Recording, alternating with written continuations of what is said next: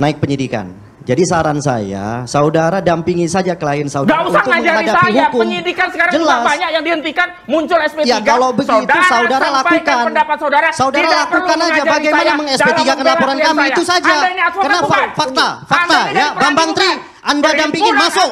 Fakta, Bambang Tri Anda dampingin masuk. Kalau bisa semua Anda dampingin masuk. Masuk. Anda yang membuat klien Anda masuk. Faktanya itu. Ya. Rekan sejawat tidak boleh mengomentari pekerjaan rekan sejawat lainnya. Saya faktanya itu, saya yakin, ya, artinya laporan kami naik penyidikan. Silakan lakukan pra peradilan.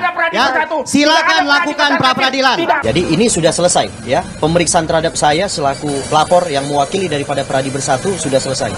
Jadi kemungkinan nanti di minggu depan sudah akan Polda Metro Jaya melakukan panggilan terhadap terlapor. Yeah. Bukti tambahan tadi ada 2 alat bukti tambahan kita tambahkan, ya. Kita tambahkan yaitu ada suatu peristiwa yang terjadi di Mabes Polri, konferensi pers mereka, ya. Kemudian satu lagi adalah kalau nggak salah podcast ya, kalau nggak salah saya podcast. Ya, podcast kalau nggak salah saya.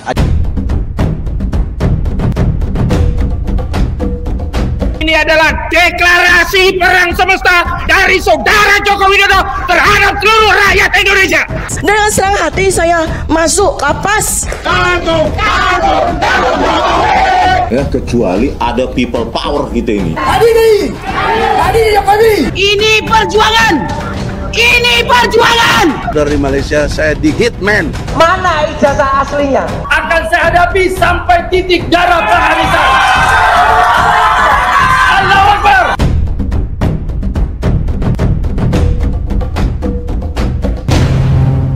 Pak Jokowi ijazahnya asli apa palsu? Ternyata 74,6% menyatakan ijazah Pak Jokowi adalah asli.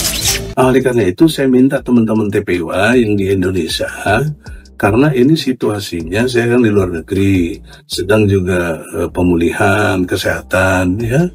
Karena sakit saya ini bukan sakit luar, yang luar alhamdulillah udah sembuh gitu loh. Maksudnya nggak pakai kursi roda lagi, tapi yang di dalam ini kanker usus saya ini, jadi serius.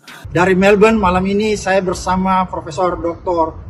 Denny Indrayana ingin menyampaikan pesan dan penguatan buat teman-teman yang ada di Indonesia, utamanya Roy Suryo dan kawan-kawan. Iya, Bang Roy Suryo, Dr. Rismon, Dr. Tifa dan kawan-kawan yang sekarang sedang berjuang, terus semangat. Proses hukum itu bagian dari ujian.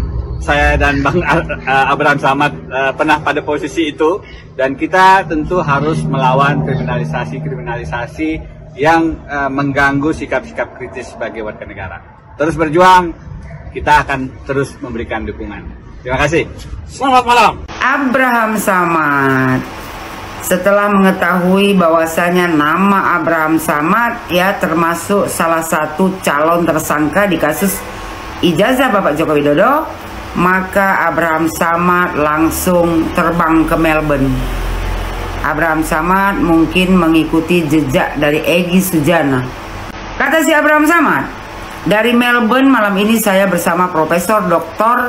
Denny Indrayana ingin menyampaikan pesan dan penguatan buat teman-teman yang ada di Indonesia, utamanya Roy Suryo dan kawan-kawan. Mat, ngapain ya kau ngasih pesan kepada kawan kau? Memangnya kau nggak pulang lagi? Kawan-kawan kau inilah sesungguhnya kriminalnya. Sama juga dengan kau.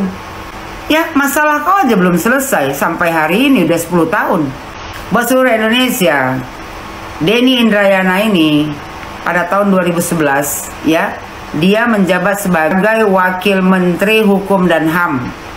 Masa jabatannya 2011 sampai 2014. Karena dia kesandung masalah korupsi. Pion-pion ini tidak akan pernah menghantam tokoh-tokoh lain. Makanya sekali lagi Pak Jokowi dengan timnya melakukan tindakan harus secara hukum. Saya pastikan 1000% ketika Pak Jokowi bertindak, pion-pion ini hilang. Karena mereka tidak akan berani lagi untuk melakukan hal itu. Sebenarnya kita ingin sederhana kok.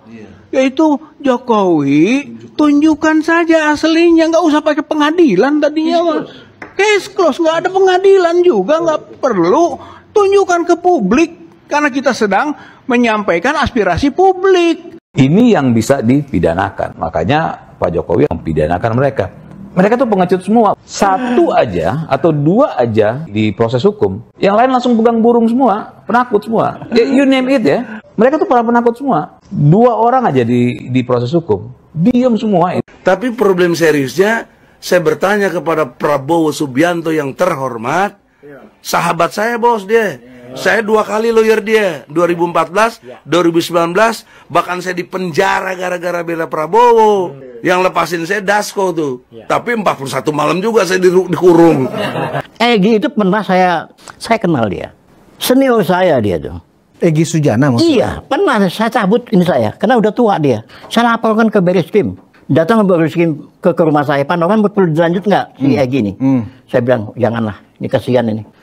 Udah tua dia nih. Kalau waktu itu kasus menghina Pancasila itu. Katakan lanjut, berarti diproses terus itu? Proses itu, nggak main-main. Diproses. Datang, wallah tuh datang dari Bareskrim ke rumah saya. Saya cabut. Oh bapak ini bijaksana dia. Enggak, saya cabut. Kasihan. Napasnya udah nggak mengap itu orang. Ya, Egy itu seminggu aja dia ditahanan nangis bombay di situ. Hah? Ruangannya 1x3 bos, lu belum pernah kali lu? Waduh, kecil banget. 1x3. Ruangan ini ya. Tiap malam WC itu keluar dari lubang WC tikus-tikus tuh. Buat saya problemnya kan sholatnya gimana? Iya. Tahanan politik ya. Jadi brother, kok memang belum pernah di penjara, jadi jangan nantang lima. Nggak enak kalau di penjara. Nggak enak kalau di penjara bos. Nangis bombay. Serius bro? Iya. Ini orang ini nyalinya kecil kalau di Padahal kalau dia lagi di panggung gitu ya, di podium, wah kesannya seperti singa podium gitu ya. Iya. Berani, tegas, keras ya. Memang kan? begitu. Ternyata ketika ditahan di sel, nangis bombay. Pemeriksaan nangis bombay. Nangis bombay.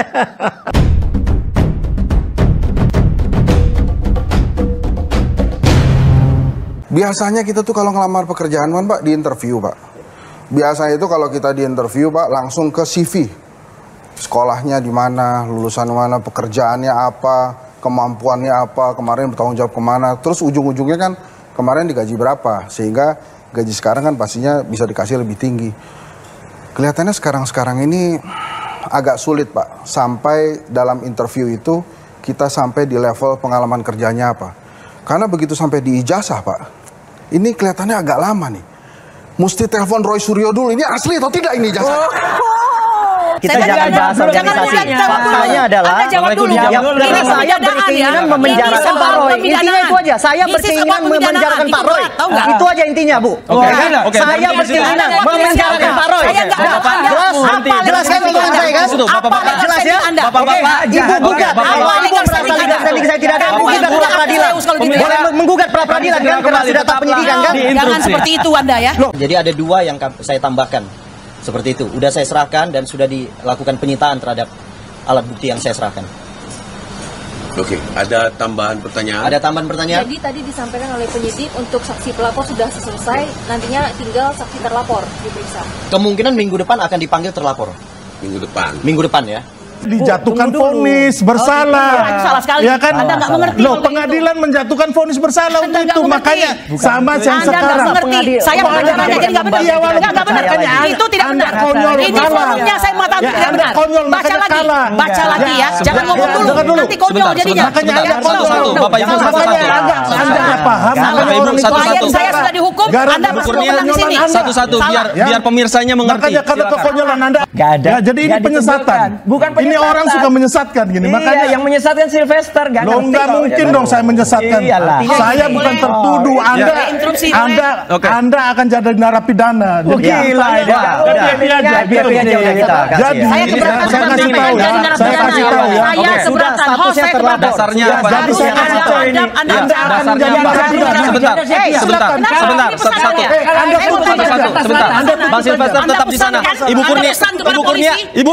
Saya mau tanya. Ibu tetap di sana. Ibu tetap Anda di sana. pesan kepada polisi. Ibu, Bapak Ibu tetap di sana. Ibu tetap di sana. Oh, pesanan ya. Dan saya minta kepada Pak Prabowo dengan hormat gunakan kewenangan Bapak sebagai presiden untuk menegakkan hukum. Apa sekarang nih? Perintah Pak Polri. Kapolri itu di bawah Anda.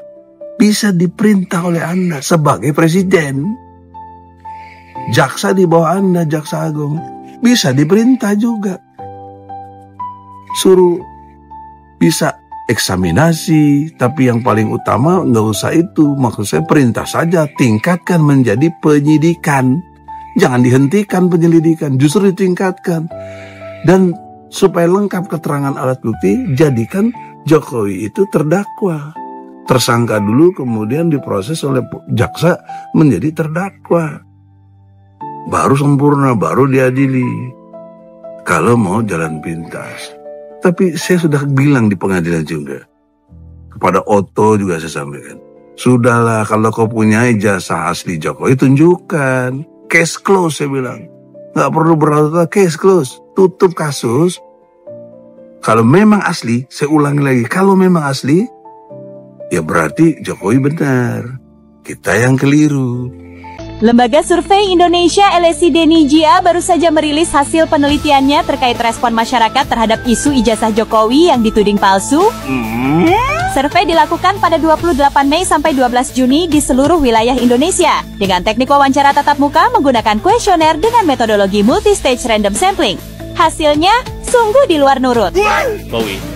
Jadi kalau misalnya kita lihat sekarang ini masyarakat Indonesia ketika ditanya antara percaya atau tidak percaya dengan isu ijazah palsu atau ditanya kepada masyarakat, nih Pak Jokowi ijazahnya asli apa palsu, ternyata 74,6% menyatakan ijazah Pak Jokowi adalah asli. Jadi masih lebih banyak yang asli. Apakah yang menyatakan palsu ada? Itu juga ada, tapi angkanya di angka 12,2% saja. Karena kan udah jelas Pak Jokowi itu kuliah di Gajah Mada, tamat, cuman ada masalah di administrasi. Mungkin salah ngetiknya, mungkin salah apa. Ya. Jadi selama saya memimpin MK 5 tahun, saya memimpin di KPP 5 tahun, di antara kasus paling banyak itu ada kaitan dengan ijazah palsu. Karena ijazah palsu itu paling gampang ya dijadikan alasan untuk menjatuhkan lawan politik. Karena sistem administrasi negara kita ini masih terbelakang. Jadi peradaban administrasi kita itu masih belum maju. Maka kalau dicari-cari, dikorek-korek, ketemu. Termasuk ijazah saya, namanya beda dengan waktu SD. Gitu lah, itu bisa dipersoalkan orang. Jadi kalau yang paling banyak itu pilkada. Jadi untuk menjatuhkan lawan politik, cari ijazahnya. Ijazah SD-nya, ijazah SMP-nya gitu.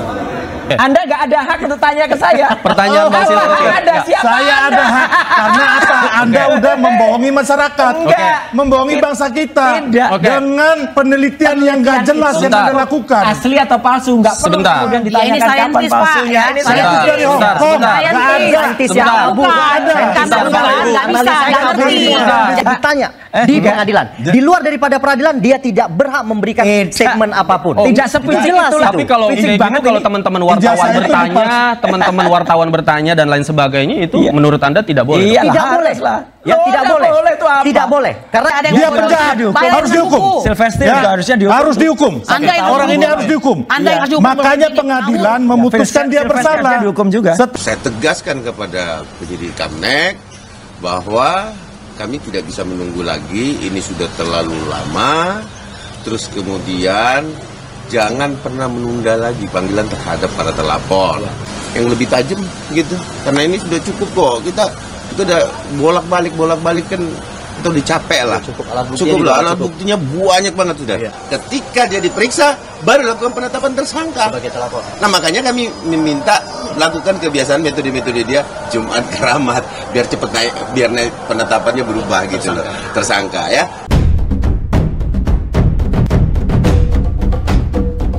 Ini adalah deklarasi perang semesta dari saudara Joko Widodo terhadap seluruh rakyat Indonesia.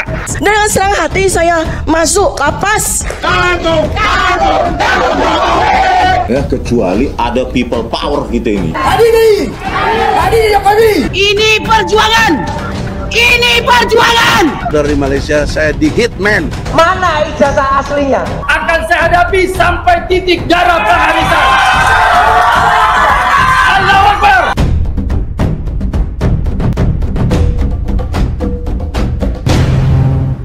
Ya saya kira what a pity. Kenapa Anda mau menjadi orang yang melaporkan kami, sedangkan Anda adalah, saya kira pasti basicnya kan sebagai seorang pengacara kan ya? Iya betul.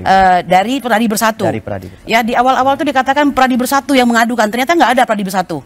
Yang ada. Apa memang benar ini Pak Jokowi nih yang sudah gerah dihina sehina-hinanya sampai harus membawa ini ke ranah hukum gitu. Apa benar beliau itu seperti itu? Kepribadiannya. Asal dihina sehina-hinanya, hukum langsung gitu. Langsung ke ranah hukum gitu. Lei Sumanan, kemudian Ade Kurniawan begitu, kemudian Karim Rahayaan ya, dan beberapa orang lainnya. Tidak mewakili organisasi atau ya, perorangan? jadi tadinya itu disebut-sebut Pradi Bersatu gitu. Ini saya yakin Pradi yang ada selain dari Pradi Bersatu keberatan ini. Dan kalau Anda adalah kawan sejawat kami, Anda tidak akan lakukan ini, ya. Maaf, saya harus menyampaikan begini ya. Dalam kita menegakkan hukum, Anda harus paham siapa orang yang bisa Anda laporkan, siapa yang tidak. Ya, Anda harusnya dalami dahulu perkara ini. Anda harus tahu TPUA itu sudah berjuang 3,5 tahun. Ya, 3,5 tahun dalam perkara ijazah palsu. Jadi kami ini adalah petugas yang bekerja untuk menegakkan hukum. Bagaimana mungkin petugas yang menegakkan hukum melakukan pelaporan di Bareskrim, tiba-tiba Anda laporkan, padahal Anda tahu ada undang-undang yaitu perlindungan saksi dan korban, pasal 10 yang menyatakan bahwa saksi, korban, saksi pelaku dan atau pelapor itu tidak bisa dilaporkan saat mereka memberikan laporan, baik laporan yang sedang berjalan maupun yang akan datang. Ya, kecuali dengan etika tidak baik, kan begitu. Dan untuk mengatakan tidak baik, mungkin itu menjadi ini Anda harus ada penelitian dulu. Anda harus paham dahulu ini begitu. Dan dalam proses penyidikan lah nanti, Bu. Nah, enggak bisa begitu. Kan? Nanti kan kita akan undang ahli, kita akan menilai. Itu nggak bisa begitu ya. Loh, kalau yang namanya bikin laporan, kalau bikin laporan itu harus hati-hati. Bu, pasal 184 KUHP. Bu, pasal 184 KUHP. Keterbatasan tentang kebebasan orang. Bisa. Pasal 184 dan semua masyarakat tahu. Pasal 184 KUHP. Katanya Anda S2, saksi, keterangan ahli akan kita gunakan keterangan ahli untuk menilai. Pidana itu harus legal standing. Ibu jangan khawatir. Kita sudah ketika kita melaporkan suatu proses tindak pidana, kita sudah melampirkan SK Kumham kita. Jadi memang kita mewakili organisasi saya, yaitu siapa? Pradi Bersatu. Nama organisasinya nggak ada di laporan. Ya itu silakan dinilai Pak Roy. Ya, yang pasti artinya laporan kami sudah naik penyidikan. Itu aja. Ya kan? Kita minta saudara untuk mengikuti hukum saja. Itu saja intinya. Itu poinnya. Anda mengatakan sudah naik penyidikan dan itu sangat berbahaya. Iya, justru pemidanaan itu harus 3 ya. Niat jahat atau mens rea, actus reus atau perbuatan dan staf berhak bahwa itu bisa dipidana. Justru faktanya sudah terlihat. Mens reanya sudah terlihat. Saya bukan saudara perempuanmu, saya bukan ibumu, saya bukan saudaramu. Mungkin itu yang menyebabkan Anda semena-mena untuk melaporkan orang. Dan jangan lupa ya, laporan ini dilakukan sebelum Pak Jokowi melakukan laporan. Anda nabok nyilih tangan. Kok mau-maunya bawa organisasi Anda di situ? Saya tanyakan, kenapa Anda mau? Bu, udah kita jangan bahas organisasi. Faktanya adalah Anda jawab dulu. Karena saya berkeinginan memenjarakan Pak Roy. Intinya itu aja. Saya berkeinginan memenjarakan Pak Roy. Itu aja intinya, Bu. Saya berkeinginan memenjarakan Pak Roy. Jelaskan pikiran saya kan? Jelas ya? Ibu gugat. Ibu merasa legal standing saya tidak ada. Mungkin pra peradilan. Boleh menggugat pra peradilan kan? Karena sudah tahap penyidikan kan? Jangan seperti itu Anda ya.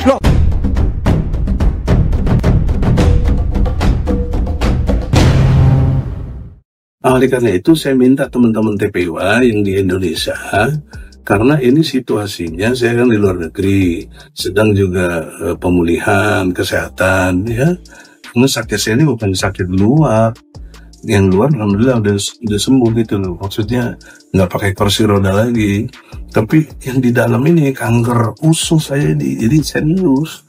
Harus ada proses yang benar gitu loh Bung Reli.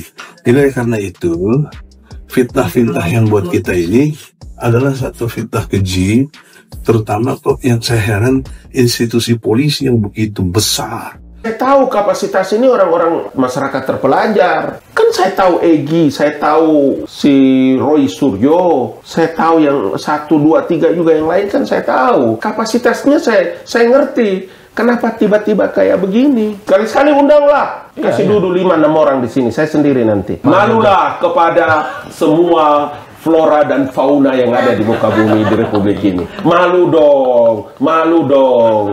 Harus malu. Kalau ada dokter di sana, ada profesor di sana, please berdiri depan kaca dan tengok. Kok malu nggak? Dan itu banyak sekali, Bu, 10% kasus ada kaitan dengan ijazah. Ya tidak mesti itu terbukti atau tidak terbukti, tapi maksudnya ijazah itu dijadikan alasan untuk menyerang. Nah kira-kira ini juga begitu bagi pembenci Jokowi. Ya ini gampang sekali dicari, gitu loh. Ya, ini hanya melampiaskan kegundahan orang yang didorong oleh semangat permusuhan kepada Jokowi itu. Itu namanya kalau dalam bahasa Latin hominem, semangat permusuhan. Itu yang menuntun logika orang mencari-cari kesalahan dan ketemu. Kalau dicari ketemu, gitu. Kamu aja kalau cari-cari kesalahannya ada. Artinya Prof harusnya lebih baik laporan Pak Jokowi yang di Mabes Polri itu sampai di Polda Metro Jaya, Prof. Nggak, kalau yang sudah dia, biarin aja diproses berapa. Dan dibayari oleh pajak, oleh APBN kita ini. Saya ikut bayar pajak, Refli bayar pajak, everybody orang Indonesia bayar pajak. Kok dipakai untuk menggunakan kepentingan Jokowi gitu loh. Ini penyimpangan yang luar biasa. Prabowo lah cicing wae Prabowo tolong dong. Ini diam aja, itu bahasa Sunda. Dari Melbourne malam ini saya bersama Profesor Dr. Denny Indrayana ingin menyampaikan pesan dan penguatan buat teman-teman yang ada di Indonesia, utamanya Roy Suryo dan kawan-kawan. Iya, Bang Roy Suryo, Dr. Rismon, Dr. Tifa dan kawan-kawan yang sekarang sedang berjuang. Terus semangat, proses hukum itu bagian dari ujian. Saya dan Bang Abraham Samad pernah pada posisi itu. Dan kita tentu harus melawan kriminalisasi yang mengganggu sikap-sikap kritis sebagai warga negara. Terus berjuang, kita akan terus memberikan dukungan. Terima kasih. Selamat malam. Abraham Samad. Setelah mengetahui bahwasanya nama Abraham Samad ya termasuk salah satu calon tersangka di kasus ijazah Bapak Joko Widodo, maka Abraham Samad langsung terbang ke Melbourne. Abraham Samad mungkin mengikuti jejak dari Egy Sujana. Kata si Abraham Samad, dari Melbourne malam ini saya bersama Profesor Dr. Denny Indrayana ingin menyampaikan pesan dan penguatan buat teman-teman yang ada di Indonesia, utamanya Roy Suryo dan kawan-kawan. Mat, ngapain ya kau ngasih pesan kepada kawan kau? Memangnya kau nggak pulang lagi? Kenapa melarikan diri kau? Kau bilang kau mau berjuang sama kawan-kawan kau itu sampai titik darah penghabisan, nggak taunya cabut kau ke Melbourne. Kucing kurap juga kau rupanya. Awak pikir kau berani, rupanya cuma berani koar-koar aja kau. Buktinya sekarang kau di Melbourne. Udah gitu sok pula lagi mau ngasih pesan dan penguatan. Orang kalau berani itu ya hadapi. Ini kau lari dari kenyataan. Begitu mau ditetapkan kau jadi tersangka, cabut kau ke Melbourne. Kau tinggalkan si Roy Suryo dan kawan-kawan. Terus ya, Profesor Dr. Denny Indrayana memberikan dukungan juga. Ya, kata dia, Bang Roy Suryo, Dr. Rismon, Dr. Tipa, dan kawan-kawan yang sekarang sedang berjuang. Apa yang diperjuangkan kawan kau itu? Berjuang memfitnah mantan presiden. Berjuang membuat keributan di negara Republik Indonesia ini. Makanya proses hukum yang ukur. Proses hukum yang ukur. Saya melindungi Bapak. Jadi Bapak jangan seenaknya tidak saya melindungi. Siapa yang seenaknya? Ini saya melindungi Bapak. Hargai Pak, hargai. Pak, hargai petugas berseragam. Anda siapa? Saya mau saya. Mana ini yang gue tanyakan? Bagaimana saya tahu? Bapak itu siapa? Bapak itu siapa? Udah. Tusuk pulang ya. Udah Bapak, ayo Bapak. Jangan provokator. Udah. Mundur semuanya. Aku mau ngambil mobil terus gimana? Bagaimana sih? Ini saya kok malah di teror ke sini, Bapak. Saya nggak manin Bapak. Anda nggak melindungi rakyat. Saya mau ngambil kendaraan, malah saya yang buang. Bapak mau ambil sekarang, silakan coba yuk. Ya udah, silakan ayo Bapak. Bapak biarin. Bang. Oh ya, saya percaya. Kalau ini saya percaya. Udah. Saya percaya. Saya nggak percaya. Waktu saya dicopot, saya sanggup. Silakan Bapak masuk. Silakan.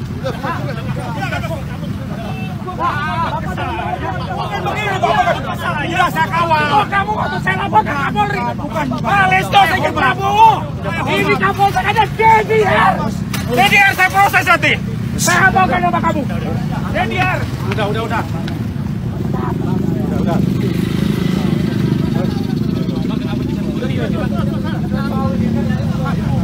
Kok kita dilarang oleh jalan? Memang negara sudah nggak ada di Republik ini. Tadinya alasannya dengan apa, Pak? Nggak tahu mereka. Saya mau balik ngambil kendaraan, nggak boleh ngambil kendaraan. Apa mau mereka? Saya kalau begini kan nggak bisa pulang nih. Terus saya mau kemana ini? Jalan kemana ini? Di sana ada Ki Hafiz. Ada Ki Hafiz. Pulang kemana namanya? Saya mau pulang nanti lah. Iyalah. Kita mau jalan-jalan dulu. Ada orang di sana. Kan suka-suka saya mau pulang, mau jalan.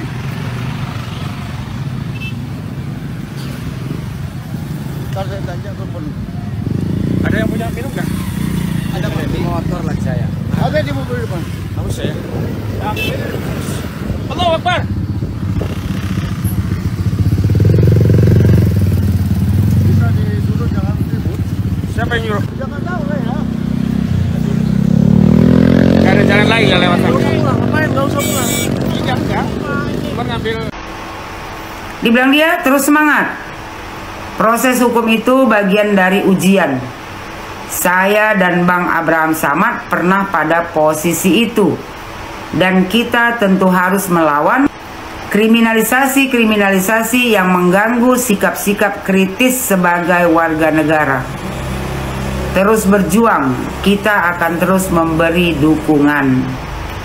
Buat kau, Denny Indrayana, ya, yang kau bela ini siapa? Yang dikriminalisasi siapa?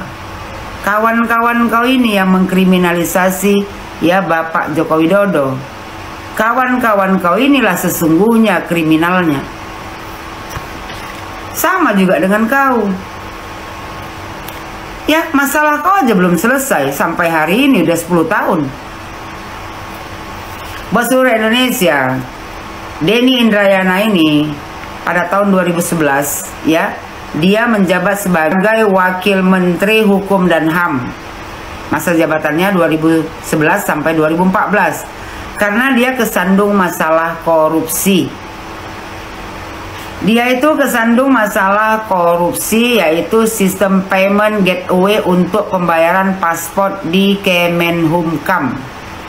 Sehingga mengakibatkan kerugian negara sebesar 32,4 miliar. Dan sayangnya ya, sampai hari ini kasus dia ini tidak berjalan. Padahal tahun 2015 dia sudah ditetapkan Barreskrim sebagai tersangka. Tapi tak pernah disidangkan. Dia ya, si Denny Indrayana ini dilaporkan oleh saudara Andi Samsul Bahri. Kasus dia ini ya sudah dilimpahkan ke Polda Metro Jaya pada tahun 2018.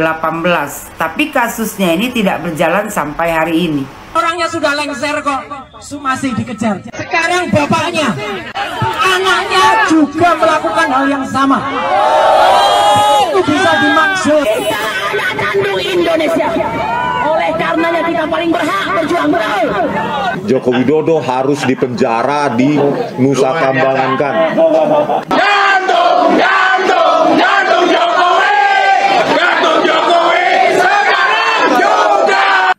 maka lebih baik kita misalnya berpikir ke depan. Bagaimana jangan terulang lagi. Iya, iya.